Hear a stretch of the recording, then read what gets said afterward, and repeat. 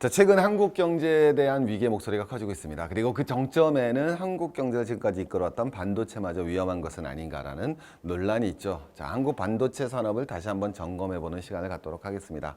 삼전의 주가도 떨어지고 하이닉스의 주가도 힘을 못 쓰고 있습니다. 자, 그런데 여러분, 이런 반도체 위기 논쟁은 오늘만의 일은 아니고요.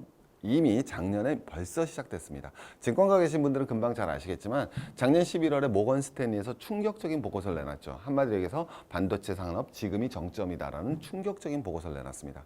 자, 그런데 거기에서만 끝난 게 아니라 자, 우리나라 반도체 산업 어디가 이끌고 있습니까? 삼성이 이끌고 있죠.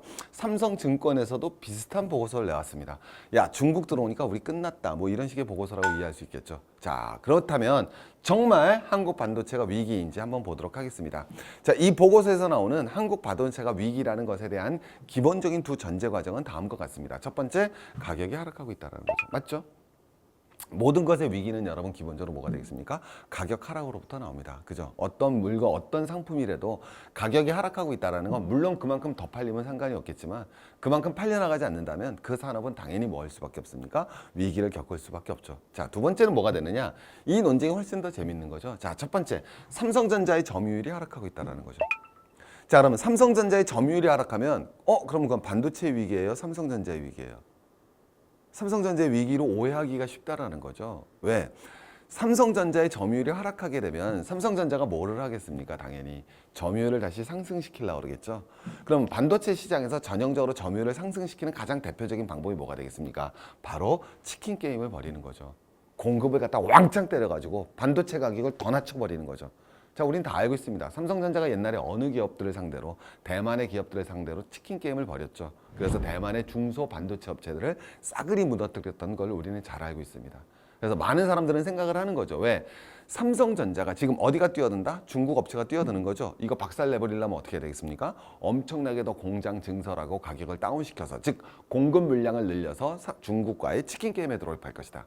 자, 거기 승자가 누가 될지는 모르겠지만 앞으로 치킨 게임에 돌입하는 순간 반도체 가격은 어떻게 돼요? 완전 폭락할 수밖에 없죠. 자, 이게 바로 반도체 위기론의 가장 대표적인 논거들입니다. 자, 그런데 이것을 반박하는 논거들도 많이 나오고 있습니다. 왜? 분명히 반도체가 여러분 전성기를 맞이했어요. 그리고 가격이 떨어지고 있는 것으로 보여지고 있지만, 자, 그런데 고정거래 가격은 여전히 꾸준한 상승세를 기록하고 있잖아 라는 것이 첫 번째 반박입니다. 무슨 소리냐면 이건 소매 가격이고요, 이건 도매 가격이에요. 네, 어떤 물건이 소매 가격은 떨어지고 있어요. 근데 도매 가격은 지속적으로 올라가고 있어요. 그러면 정상적인 방법으로 봤을 때는 이 가격이 더 떨어질 거라고 봐야겠어요? 아니면 오를 거라고 예상해야겠어요? 만만치 않지만 대부분은 그래도 오를 거라고 전망을 할 겁니다. 왜? 도매는 여러분 지금 당장 가격이 어떻게 보면 더 먼 미래의 가격입니까? 더 먼 미래의 가격이기 때문에. 그죠? 그래서 아니야, 아직 반도체 가격 그렇게 위험한 거 아니야. 너무 걱정하지 마라는 첫 번째 반박이 있습니다. 그리고 이제 두 번째 반박은 뭐가 되느냐? 아이고, 삼성전자가 아직까지 그 수준은 아니야. 아직까지는 공급 경쟁하지 않을 거야. 그 가장 대표적인 예로서 원래 올 하반기에 계획되어 있는 것도 내년 초로 공장 증설을 연기시킨 사례가 존재합니다. 그리고 모 증권사 애널리스트는 이런 멋진 표현을 썼죠. 삼성전자는 아직 바보가 아니다. 황금알을 낳는 거위를 일찍 배를 가를 리는 없다. 지금 반도체 경기가 좋기 때문에 계속 뭐를 낳고 있다는 거죠. 황금알을 낳고 있는데 벌써부터 배를 갖다가 깰 리는 없다라고 얘기를 합니다. 자, 그런데 간단하게 정리를 해볼까요? 반도체 가격이 하락할 거라는 전망의 가장 큰 요인들은 뭐였었다? 첫 번째, 가격이 떨어지고 있다. 현물 가격이 떨어지고 있다. 두 번째, 삼성전자 점유율이 낮아짐에 따라 치킨 게임이 벌어져서 공급 과물량과 더불어 중국이 들어올 것이다요. 자, 근데 이거에 대한 반박하는 논건 뭐가 되겠습니까? 아직 그렇게 공급 물량 우려가 큰 것은 아니고, 두 번째는 도매 가격은 여전히 올라가고 있기 때문에 그렇게 걱정할 것은 아니야라는 것이 반박의 핵심적인 논리입니다. 자, 그런데 그거보다 더 중요한 것은 뭐냐? 저는 이걸 꼭 말씀드리고 싶은 거예요. 왜? 2014년에 세계 반도체 협회에서 전망을 내놨습니다. 자, 뭐라고 그랬냐면은 야, 앞으로 반도체 시장 굉장히 어려워질 것이라는 전망을 내놓았습니다. 이때나 가야 겨우 회복이 될 걸이라고 전망을 내놨어요. 그럼 왜 이렇게 전망이 어려운 것이냐? 그 이유는 간단했습니다, 여러분. 반도체 만들면 어디다 씁니까? 여기다 쓰는 거죠. 컴퓨터 만드는 데다가. 그래서 저기다 쓰는 거죠. 어디다 만드는 데다가? 핸드폰 만드는 데다가. 근데 핸드폰하고 컴퓨터 이미 다 만들었다는 얘기예요. 핸드폰하고 컴퓨터 다 만들었기 때문에 더 이상 뭐예요? 반도체 수요가 어디로 갈 곳이 없다라고 전망들을 했었던 겁니다. 자, 그런데 무슨 일이 벌어졌습니까? 깜짝 놀랄 일이 벌어졌죠. 왜? 앞에랑 한번 비교를 해보세요. 지금 원래 전망은 뭐가 떨어져야 되겠습니까? 마이너스가 떨어져야 되죠. 근데 마이너스가 떨어진 게 아니라 23%가 증가해버린 거예요. 23%가 증가해버렸습니다. 이게 여러분 반도체 시장의 대역전이었어요. 그리고 나서 여러분 세계 반도체 공장들이 공장 증설에 들어갔던 거고요. 그럼 그 이유는 뭐예요? 어렵게 생각할 필요가 없어요. 이제 반도체는 단순하게 어디에다 쓰이는 것이 아니라 핸드폰과 어디에다가 우리 PC에만 쓰이는 것이 아니라 반도체 수요처가 다양해졌다는 거예요. 여러분 그거를 보여주는 단적인 자료를 하나 보여드리겠습니다. 여러분 보세요. 무인차 만들려고 해도 반도체 있어야 되고요. VR 만들려고 해도 반도체 있어야 되고요. 비트코인 만들려고 해도 컴퓨터 옆으로 병렬 쫙 해놓고 하루 종일 돌려야 돼요. 그거 다 반도체 덩어리예요. 우리는 비트코인이라 부르고 매매하지만 알고 보면 반도체를 매매하고 있는 거죠. 그뿐만 아니라 인공지능 여러분 뭐가 되겠습니까? 인공지능 왜 반도체가 핵심이죠? 이게 사실 제일 중요한 겁니다, 여러분. 인공지능은 뭘 갖고 있어야 돼요? 똑똑한 지능. 그러지 마시고요. 똑똑한 지능의 핵심은 뭡니까? 인간이 가지지 못한 똑똑한 지능의 핵심이 뭐예요? 이세돌을 알파라고 어떻게 얘기했어요? 알파가 뭘 갖고 있었어요? 빅데이터, 딥러닝 그렇게 배운 척하지 마시고요. 오케이? 빅데이터를 갖고 있는 거예요. 인공지능은 빅데이터를 갖고 있어야 되고요. 그 빅데이터를 갖다 가지기 위해서는 뭐가 필수적입니까? 반도체가 없이는 가질 수가 없는 겁니다. 그래서 미래 4차 산업혁명이라는 것이 바로 반도체 수요처예요. 그 자체가. 그 자체가 바로 뭐다? 반도체 수요처가 되는 겁니다. 그래서 여러분 완전 산업이 역전된 거예요. 이걸 보시면 극적으로 느끼실 겁니다. 무선통신용이나 유선통신용이나 이거는 너가 어떻게 해야 됐죠? 반도체 수요가 뭐 했다는 걸 알 수 있어요? 오히려 줄어들었다. 원래 반도체 전망이 맞아 떨어졌다는 걸 알 수 있어요. 그런데 여러분 보시면은 빅데이터를 처리하는 데이터 프로세싱이 이렇게 돼버렸죠. 이미 반도체의 최고 수요처는 여러분이 알고 있는 컴퓨터가 아니에요. 핸드폰이 아니고. 이미 일로 넘어갔고요. 이게 성장세가 제일 빠릅니다. 이 흐름이 잠시 주춤할 수는 있겠지만 이 흐름이 꺾인다고요? 자동차용도 여러분 이렇게 늘어가고 있는데 저게 여러분 꺾이지는 않는다고 보시는 게 정상적인 판단이라는 거죠.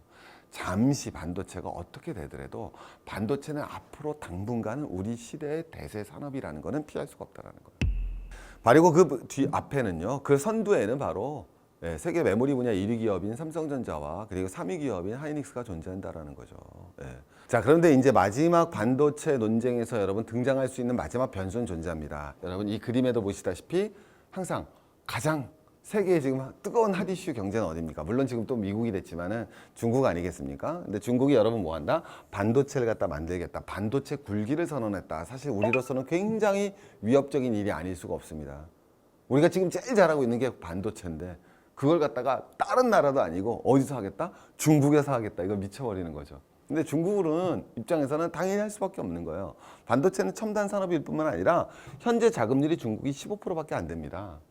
근데 이걸 갖다가 금방 언제 2025년까지 자금률을 70%로 끌어올리겠다라는 거죠. 7, 8년 만에 이걸 해버리겠다라는 거예요. 그래서 우리로서는 생각할 수 없는 건데 1조 위안을 투자하겠다라는 거거든요. 여러분 이게 뭐 투자 금액이라는 게 우리가 상상할 수 없는 금액을 투자하는 거니까 1조 위안을 투자하겠다고 여러분 정부가 계획을 세우는 겁니다. 야, 우리 이제 박살났다, 큰일 났다. 단적으로 이제 뭐라 보시면 되겠느냐? 중국이 반도체를 이렇게나 많이 수입을 하고 있습니다. 근데 여러분 중국 반도체를 어디서 주로 수입하겠어요? 당연히 우리한테 수입을 하겠죠. 그래서 우리가 여러분 반도체를 갖다 팔면은 우리는 어떻게 되느냐? 여기 안 나와 있는데 대한민국에서 파는 반도체의 40%를 중국에다 팝니다. 근데 홍콩에다가도 20%를 팝니다. 대한민국에 파는 반도체의 대부분을 어디다 판다? 중국권에다 팔고 있는 게 우리 한국의 현실입니다. 근데 중국이 자기 자금률을 높이면 한국 반도체 팔 때 있어요, 없어요? 없어질 거 아시냐 이거죠, 여러분. 야, 이거 어떡하느냐, 난리 났다라고 나오는 겁니다. 그 난리가 먼 미래가 아니라 이미 발등에 떨어졌다라는 거예요.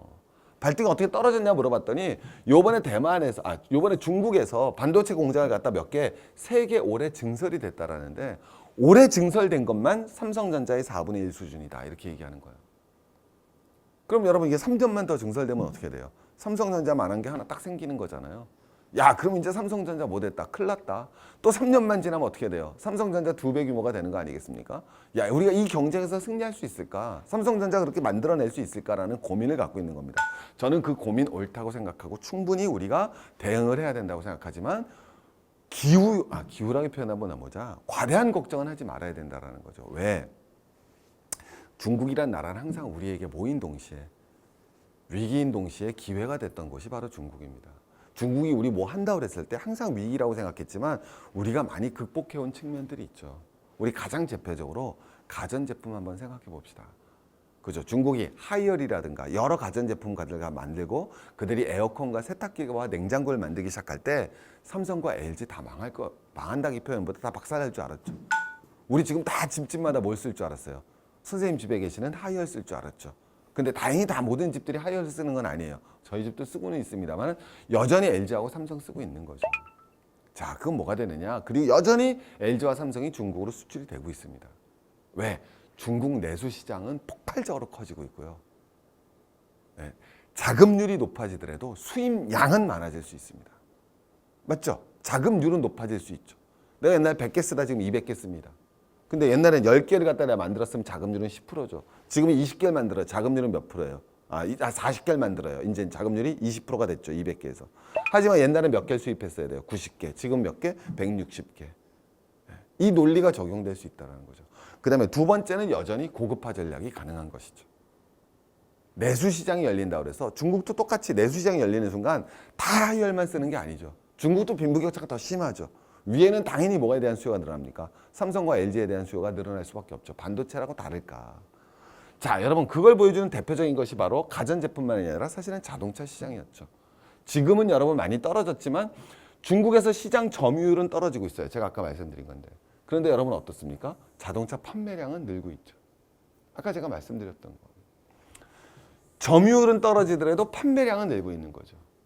그러니까 똑같이 중국이 반도체 점유율은 높이더라도 우리의 그러면 뭐가 되겠어요? 상대적으로 우리 점유율은 떨어지겠죠. 하지만 수출 물량은 오히려 늘어날 수 있고 그 물량이 고급화된다면 오히려 우리한테는 또 새로운 기회가 열릴 수도 있는 측면이 있기 때문에 반드시 그렇게만 바라볼 필요는 존재하지 않는다. 그리고 물론 언젠간 따라잡힐지 모르겠지만 분명히 존재하는 기술 격차가 존재한다. 그래서 많은 전문가들이 최소한 그래도 3, 4년에 그래도 왜냐하면 다른 품목은 지금 중국하고 우리가 3, 4년 격차를 벌인 종목이 거의 없거든요. 그죠? 다 벌어져야 1, 2년이고 오히려 대부분의 많은 종목들은 사실은 중국이 앞서가는 경우도 훨씬 더 많죠.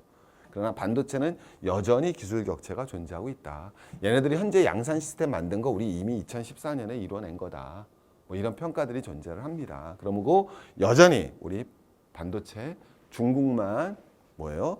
기술 혁신하고 공급 물량 증가시키는 것이 아니라 대한민국 삼성전자와 하이닉스도 해나가고 있기 때문에 함부로 반도체 위기를 논하기에는 쉽지 않은 것은 아닌가.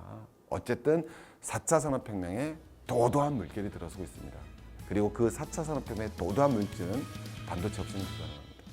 반도체의 중장기적 전망 밝다고 보고요. 그리고 그 안에서 한국 기업 반드시 해낼 거라고 저는 믿어 의심치 않습니다. 자, 한국 경제, 한국인, 한국 기업 파이팅입니다. 안녕하세요. 경제 읽어주는 남자 김광석입니다. 2018년 하반기 경제의 모습이 마치 이런 것 같습니다.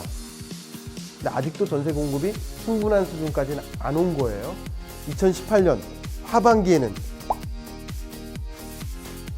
역시 이런 트럼프발 무역전쟁과 그것으로 인한 후폭풍, 우리나라의 수출품도 관세 장벽에 걸릴 수 있다는 거죠.